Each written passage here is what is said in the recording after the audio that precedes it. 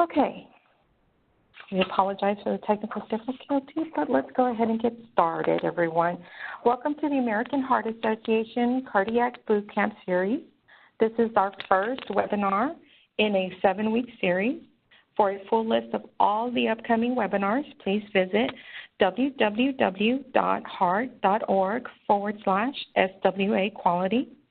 Before we get started, we would like to go over just a few housekeeping items. To avoid background noise, all lines have been placed on mute. For questions, you can unmute your line by pressing *6 or type in the Q&A section of WebEx.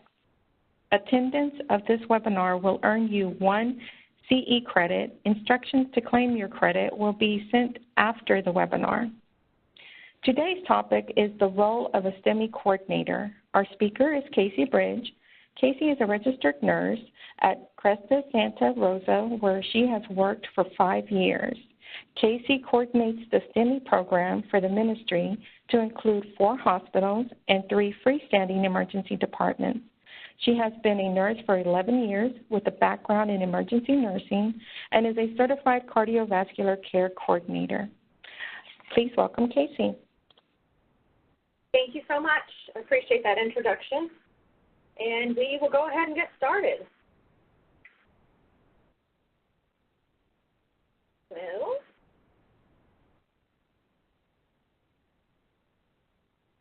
let me get back to our disclosure slide. I do not have any disclosures. We'll start with the objectives. By the end of this presentation, you should be able to understand just how variable and flexible the cardiac coordinator role is. Comprehend the value of time management, and understand and acknowledge the importance of self-care in such a fast-paced and changing role, such as a coordinator role. A few stats on what acute myocardial infarction is. Most of you have probably seen these statistics before. The one that I found the most interesting is that very last one, that from 2006 to 2016, the mortality rate declined from 31.8% to 14.6%, which is pretty impressive considering that heart attacks have not declined.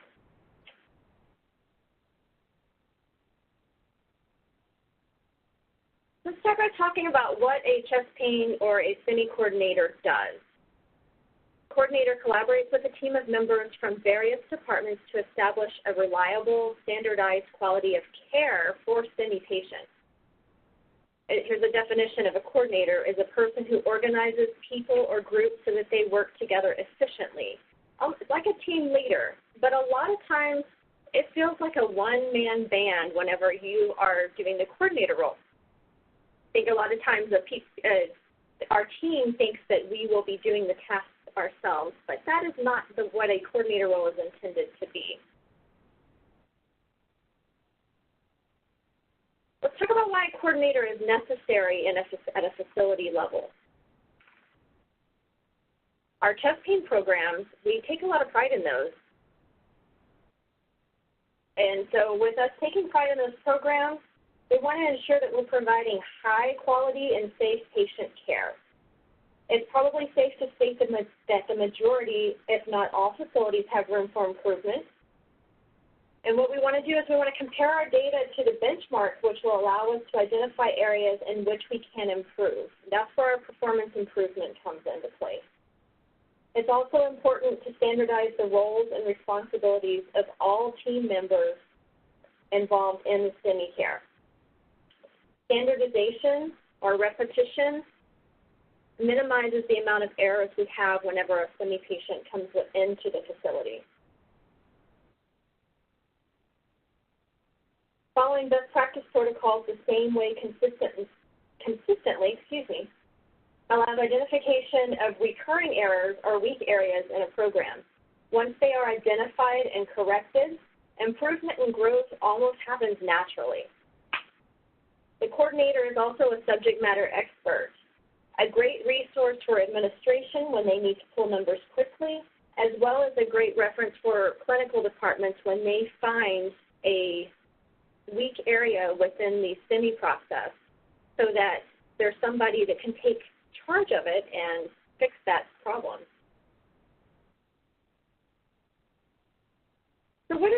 coordinator title. Coordinators in the facilities, they have all different titles. I've talked to multiple coordinators over the last 4 or 5 years.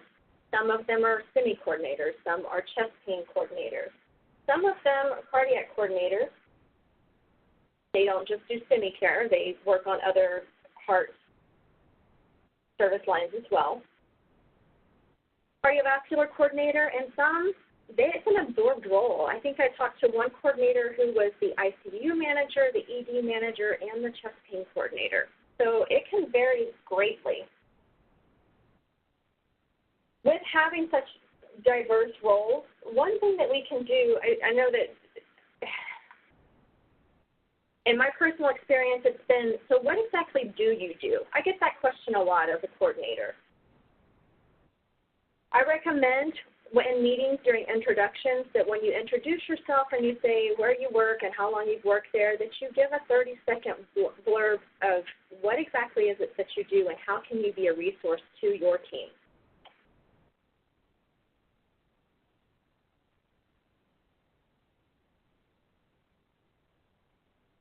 Let's talk about how the role is structured. As you heard in the introduction, I'm the coordinator for several hospitals. The coordinator can be responsible for multiple hospitals, such as I am, or it could be a single facility. Job duties really do vary depending on how the role is structured and what services your facility offers. Are you PCI capable, or do you give lytics and transfer the patient out? Those are some things that really affect how the role is structured. This will also impact time management, which we will discuss a little bit later. If there are multiple facilities to which the coordinator is assigned, how much distance is between those facilities? Are you 5-10 miles down the road, or are you 45 miles down the road from each facility? The most productive programs that I've run into are the ones who have a single coordinator dedicated to each facility. But not all hospitals see the same number of STEMI patients, so it's really going to vary between facilities on how they structure that role. They may have other coordinator roles as well. So somebody who's the chest pain or STEMI coordinator, they may have another coordinator role, such as they're also the trauma coordinator or the stroke coordinator. So it's really important to analyze the assigned workload in order to ensure that, that there is value in the structure.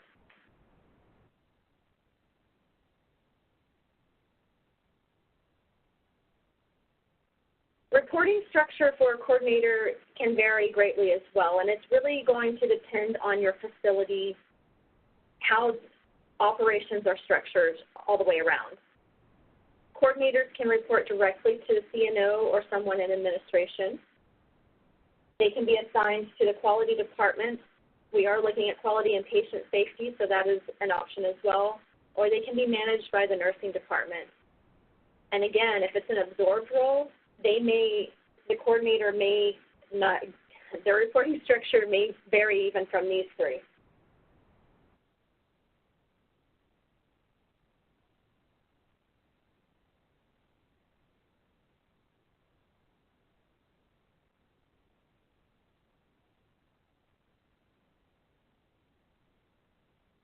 So here we have a few roles and responsibilities of the coordinator. Now, this is just it's a list of responsibilities, but it actually varies even more than this. Some of these pertain to all of us. Some of them will pertain to some of us, but not all of us, such as daily rounding. If you're a coordinator at multiple facilities and you split your time between facilities, it's not realistic to feel that you could do daily rounding. That's something that you would have to work with your team collaboratively and delegate that rounding to them, to your team, such as your nurse navigator, transitional care nurse, case management, and so on. We get to wear many, many hats. We communicate with all of our ancillary staff. We do team feedback. The team that took care of that STEMI patient, they should get feedback. ICU nurses should know what happened to the patient from beginning to end. Cath lab nurses should know what the times were ED, and also EMS. EMS, they eat up that feedback. They love to see what happened with the patient from beginning when they arrived until the very end and how the patient is doing. We also review our policies and protocols and order sets. We want to make sure we keep those up to date with best practice guidelines. Education may come to you and ask you your input for the CEUs that they're doing, or if your education department has been sent out because of the way healthcare is right now, it may fall on you solely to take care of those CEUs. If you are within a facility, it's always a good idea to respond to those STEMIs. Responding to the STEMI, it will allow you to actually identify issues on the spot and to be able to debrief and correct those issues once the patient is out of that department and stable. Community outreach, we talk to patients and patient family members quite a bit. We teach them about hands-only CPR or the signs and symptoms of heart attack. We may do a blood pressure check change and control, the American Heart Association's campaign. So those are some things we can do with physician outreach. We'll also be working closely with a physician champion in order to ensure that the program runs as successfully as possible. I won't go through every single one of these, but I do want to point out data. It's in all caps in bold letters for a reason. Almost every single thing we do is based off of data. Data is the hub of what we work with in order to improve our program. That's feedback we have. Our team loves the feedback. They can improve their departments or what they do based off of the data. And it helps with our performance improvement and ensures our quality. So it's very, very important to the program.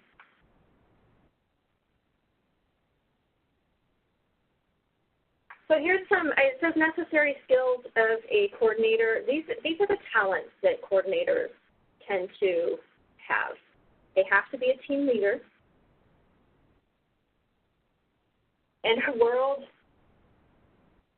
where healthcare is constantly changing, but my experience has been that nurses and healthcare staff in general don't like change, even though it's constantly changing. It's a little ironic, but it's a fact. Coordinators tend to be the small percentage who embrace and drive change to make a difference.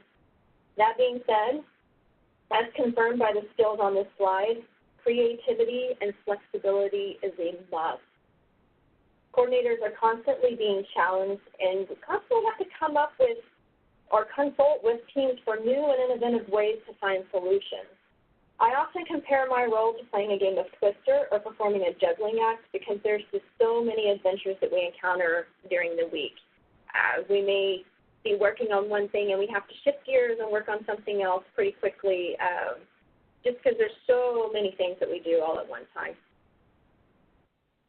It's important to be a motivator, especially during certification or survey when you're prepping for survey. You've got to motivate the team, manage the project, coach the team members on what to do in the different departments. So it's pretty vast. It's a lot of fun, though. Okay, let's talk about professional qualifications. Some programs have state regulations that mandate what the professional qualifications must be. I am not finding that to be the case with the chest pain coordinator or STEMI coordinator role. Most job descriptions, they do want a bachelor's degree in nursing with a preferred degree a preferred master's degree.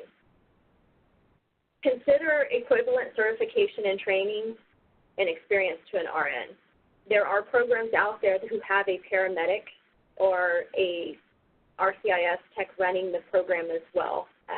I haven't run into anybody in the state of Texas that's doing that, but I do know that that's something that has been happening in the nation.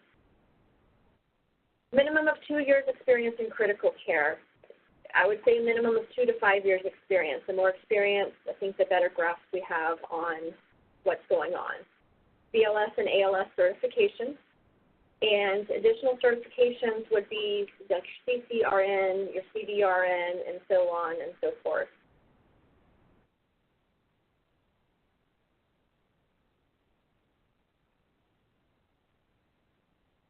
All right, let's talk a little bit about time management. Time management is the analysis and organization of time dedicated to a particular event and the prioritizing of associated tasks in order to maximize personal efficiency. I love that definition. However, there are some barriers that we have to time management. We're going to go over those a little bit. So burnout, how do you know if one has burnout? Well, some of the signs and symptoms of burnout are decrease in productivity, decreased initiative or motivation, feeling unproductive, inability to focus, a loss of creativity, and then pessimism or just having a negative outlook on things. If that describes you, you might want to consider looking into how to change that and reverse that. Procrastination also, usually due to feeling overwhelmed or unorganized, could also be a fear of failure. What if I do this and it doesn't turn out the way I see it in my head? Or it can be due to others' emergencies. Coming in the morning, doing morning huddle, and we find out that something happened and there's an emergency, but you're still working on emergencies from yesterday. So procrastination could be due to that, and sometimes it's not something that we have control over. Interruptions. I think this one's pretty self-explanatory.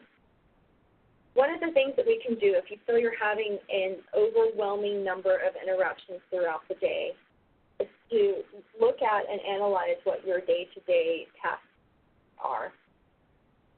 We can map the number of interruptions that we have during the day if you think it's a major problem.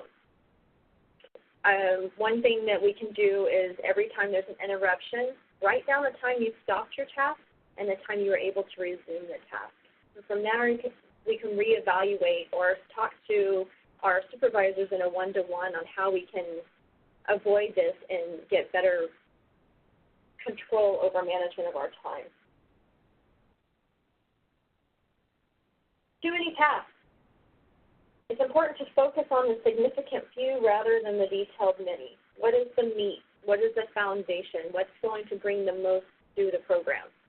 Some of the detailed many will actually fall into place if we're looking at the significant few.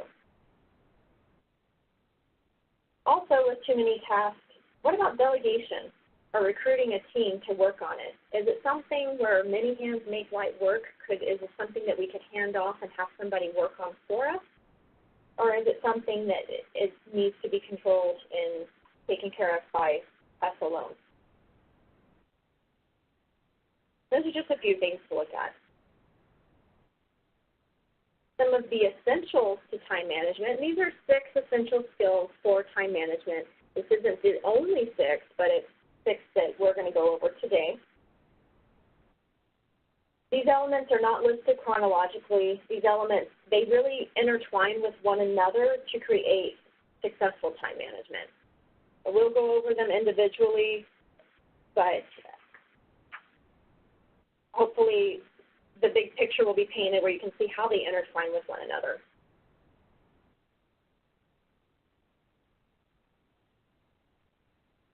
The first is plan. How do we plan?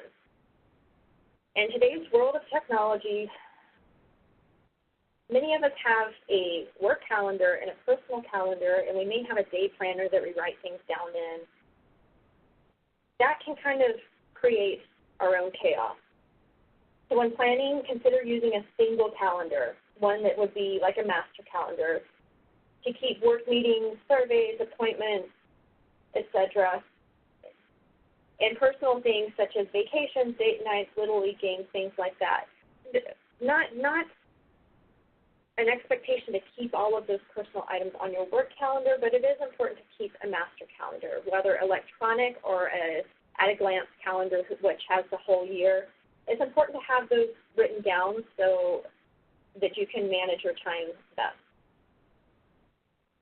This will also allow you to plan out any tasks that need to be accomplished before your survey date. Your survey date can be written down for the window that you feel it's going to happen or that you are able to predict that it will happen, the time frame. And from there, the little projects such as performance improvements in the task, maybe there's a policy that has to be revised or an order set that needs to be updated, things like that. Those can all be written down, backing up from your survey deadline, and then you can back up and write those down on that calendar to see how much time you have and if there's a sufficient time.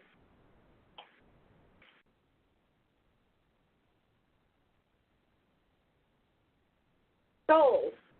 Goals need to be achievable and realistic. There are many different ways that we can set goals, but it's important that we do have that achievable goal.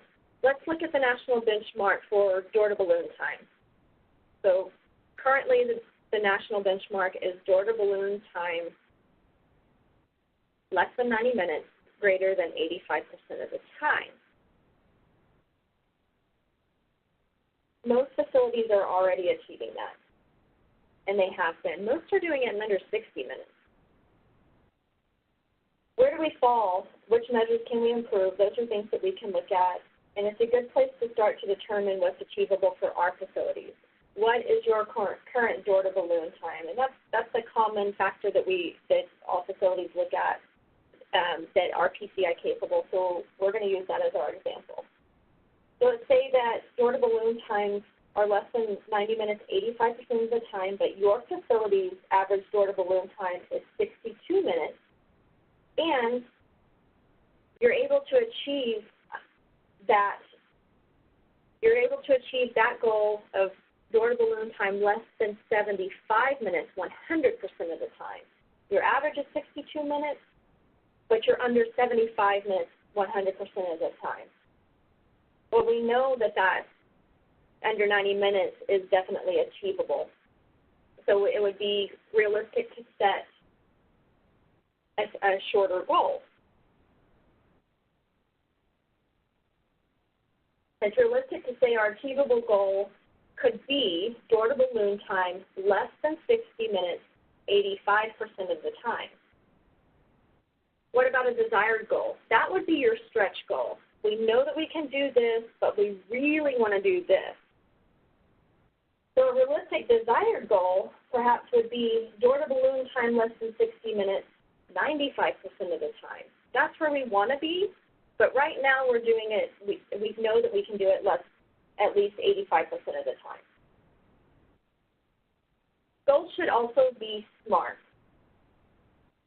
The SMART is the acronym. Most of you have probably seen this before. So specific, measurable, attainable, realistic, and time-bound. The example I gave earlier, a door-to-balloon time less than 60 minutes, 85% of the time, it's not time-bound. And what time frame do we want to accomplish that? So something to think about, setting a time frame on those, or a deadline. Prioritizing. When preparing for surveys or starting a performance improvement project, we want to prioritize. It's important to do a gap analysis. From there, we know what needs to be done. The gap analysis, create an action plan. We can triage our tasks. Those of you who have ER, critical care backgrounds, you understand exactly what I mean by this. To triage our tasks, very similar to the way you would triage a patient.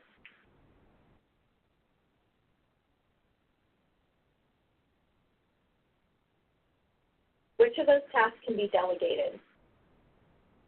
Delegate the tasks that you can in order to ensure that we are able to accomplish everything that we can before survey day. If you were delegating tasks ensure that you're following up with them. Give them a time that you will be following up. Say, I'm going to check back with you in 1 week, for example, to see where we're at with that. That allows time for any problems. They can come to you with any problems, and it also allows you to know that those tasks are being completed, and if you'll be able to stay on the set time deadline, or if you'll have to adjust it. It's also important to learn to say no. And by that, no can be, I don't have time for that. This is not something that we can look at this time. It doesn't go with this vision. Or no can be, I can't get to that today. Let's look at the calendar. What's a realistic deadline for you? Can we realistically say I can have this to you in 2 months? It's something that you can look at that way. Very, very important to be able to do that.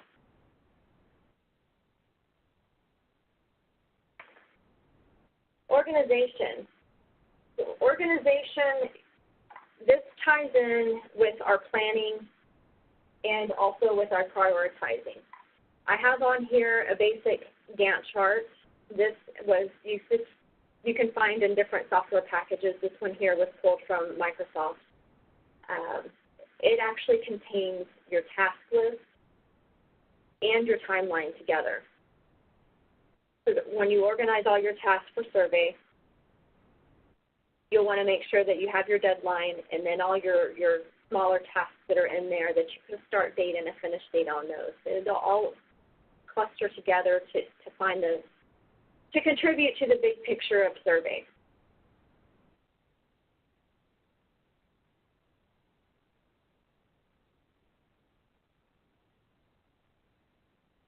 Focus. So this is one that I think is more important and kind of gets overlooked more than what we realize. We want to manage our technology wisely. How many times are we guilty, or do we know someone who is guilty of turning on the TV in their downtime in the evening and also flipping through social media on their phone or playing a game while they're watching a movie or a TV show? How many of us realize that we do things like that during our workday also? We're sitting in a meeting. Are we multitasking in the meeting? Are we answering email while we're supposed to be paying attention to the meeting? It's important that we give our time and our attention to those meetings when possible. We also want to turn off pop-up notifications on all applications. I'm going to say that one again. Turn off pop-up notifications on all applications. Turn it off on your email. We want to turn it off on email that's on your phone or email that's on your computer at work. Think about how many pop-up notifications you get daily. The games you play, social media, email, text messages, missed phone calls. It's a lot of distraction. And use your calendar. In order to focus, it's important that we use our calendar. Block off time blocks. If you know there's a task that you have to get done, it's important for us, and we can block off that time to be able to work on that. Once it's blocked on your calendar, chances of somebody scheduling a meeting with you at the same time are pretty slim. And create a therapeutic workspace. What is your workspace like right now? Does it flow right for you? Is the computer and the phone, is everything set up the way that works best for you? Is your desk messy? Does it really matter if your desk is messy?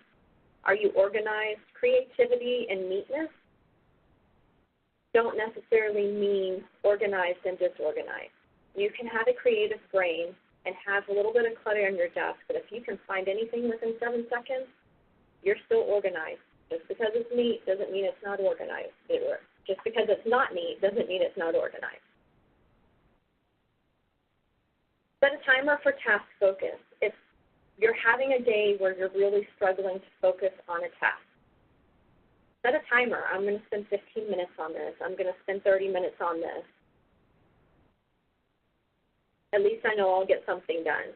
Typically, The feedback from setting a timer is that you're able to focus on the task, start to concentrate on it, and continue once that timer has ended. It's also important to create a digital-free zone. Think about what tasks you have, such as researching guidelines, or doing some research for a physician. To get rid of those distractions, such as computers and phones, find a quiet area to do that in is important as well. Setting boundaries. I like this quote. This is something I think a lot of people struggle with, especially those who care about others and want to help others and please others, such as healthcare workers. Whose emergency is it? Is it your emergency or is it their emergency? That's something I think a lot of times we're just as guilty as others of saying, hey, I need to get this fixed. I need to get it fixed now. One of the best things that we can do, if this is something that they can fix themselves, give them resources for it. Give them resources and say, here's what you need to do. Go to this place here, and it'll resolve the issue. It's important for people to take ownership when they can. It won't happen every time, but when it's appropriate, let's have them take ownership. Work-life budget is also important. Work-life balance, work-life budget, it's kind of the same thing. I know that I don't spend as many hours balanced with work as I do personal life. It's more of a budget. It's the role of a coordinator. Sometimes you're working in the evenings. You just have to budget your work and your life. Also, one of the things that you can do for setting boundaries, and this is important as well, is stick to meeting start and stop times. If you have a work group meeting that you're hosting, start on time and then state what the stop time is going to be. For instance, we're starting this meeting at 8 o'clock, which is 8 o'clock now, so we're going to go ahead and get started, and we will stop promptly at 8:45. It doesn't matter where we're at on the agenda. At that time, we will adjourn the meeting, and we will have to move the agenda items to the next meeting time. This allows people to understand the boundaries. They can focus on the meeting knowing that they're getting out on time, and then they'll be able to hopefully participate better within the meeting. It gives them a clear picture of what to expect from you as well.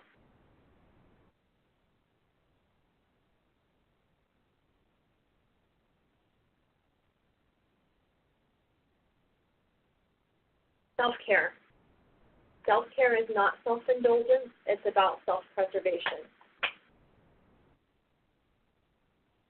It's very important. It's very important to prevent burnout, as well as very important for time management. So what exactly is it? The definition of self-care is actually contained in the word itself, caring for oneself.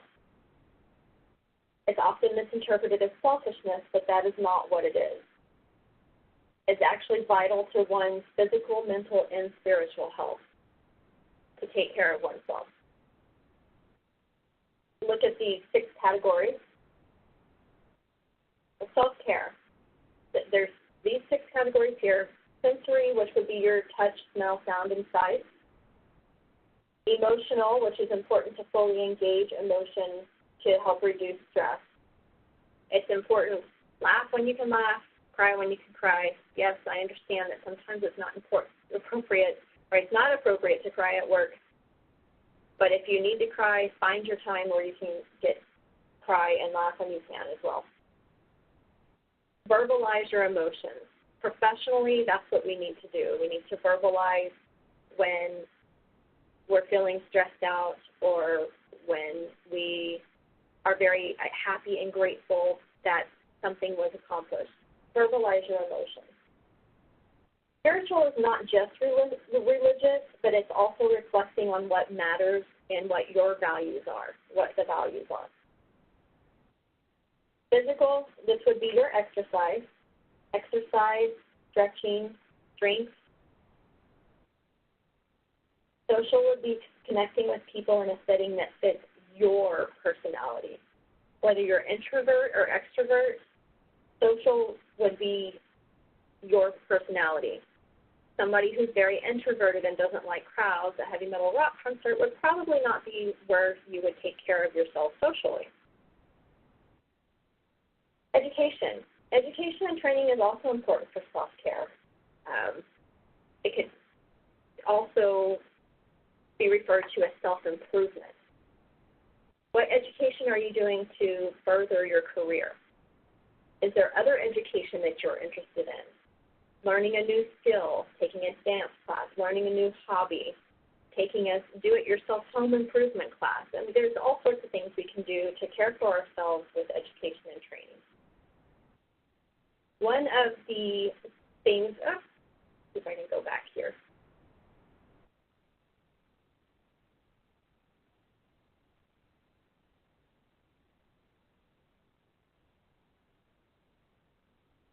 One of the things that we should ask ourselves is, what is it that we enjoy doing? What do you enjoy doing? What do you do for fun? Can you answer that? If not, what did you used to enjoy doing? What did you used to enjoy doing for fun? It's important. Can you answer, what do I enjoy doing, or do you have to go to that, what did I used to enjoy doing? If so, it's time to reflect and reevaluate. Are we caring for ourselves the way we should be?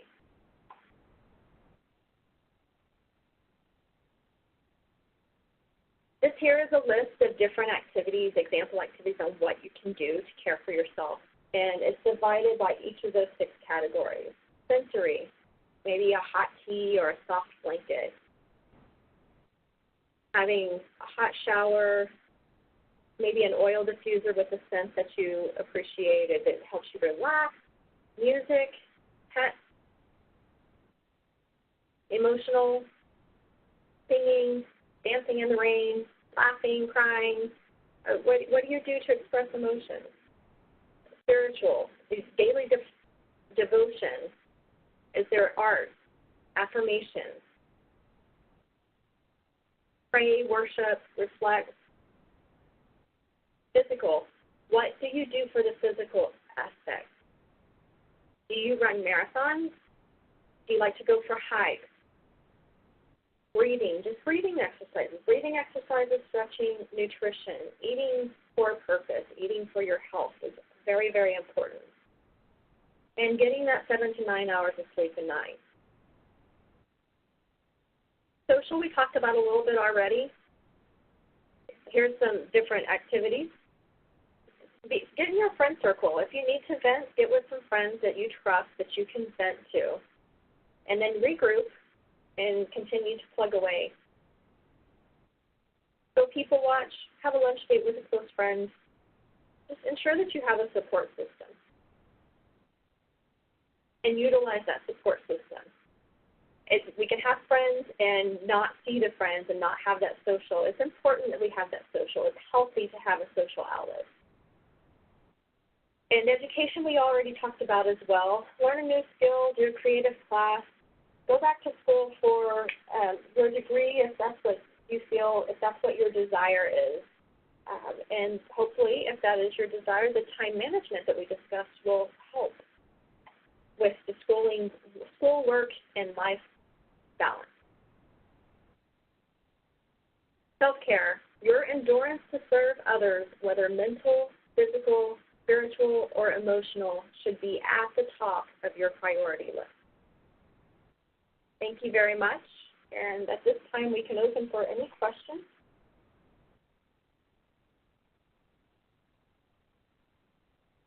Remember, you can press *6 to unmute.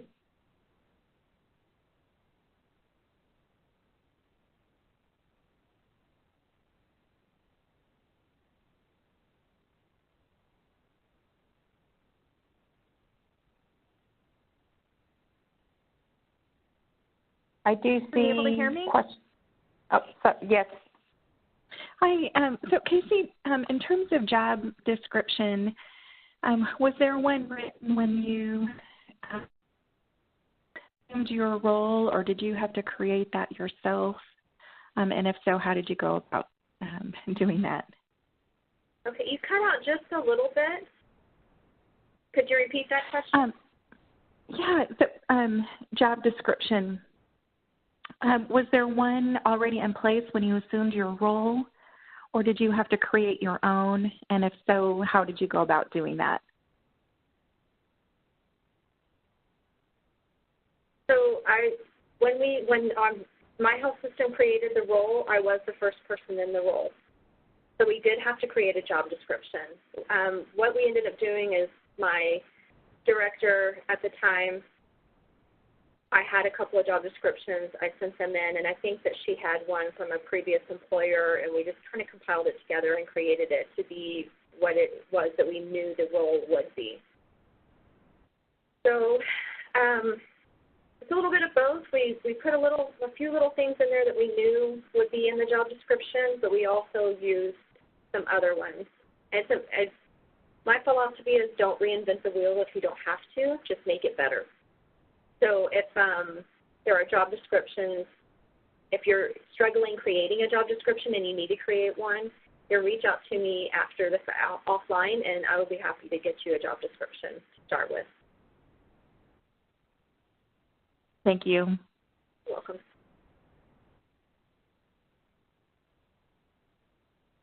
Any other questions?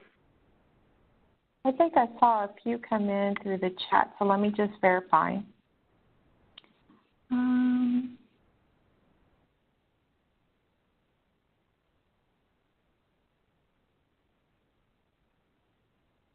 See, I don't see anything there. Let's see on the Q&A. All right. Oh, one of the questions is, will the slides be available? They will once we, the actual recording itself will be available, and then we will make sure to let everyone know where they can find that. The next question is, if I can get to my question.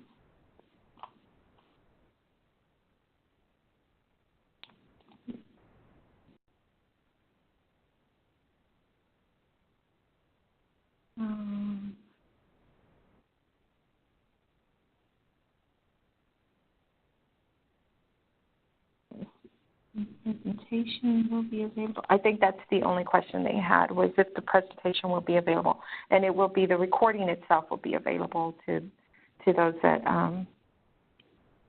well, it'll, Lonnie, could you verify if it'll be available like it was for the stroke boot camp? Because then it was available for everybody. Are you able to hear me? Yes. Oh, okay, great. Yes, so the recording will be made available. The link will be available. The slide presentation will be available. And so if there's anyone who you know who you think would like to listen to this as well, who was not able to join today during the live presentation, they can certainly go to the link, and it's on the website that's on the flyer, and just listen to it on demand and also receive continuing education hours for listening to this session. So we'll make everything available.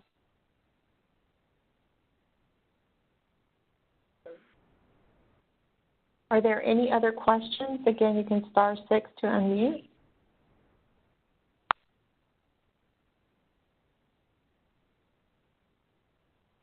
If there are no other questions, Casey, we want to thank you so much for your presentation. We really appreciate it. Thank you, everyone, for joining, and we will see you at our next one. Thank you so much. I appreciate the opportunity. Thank you. Bye, everyone.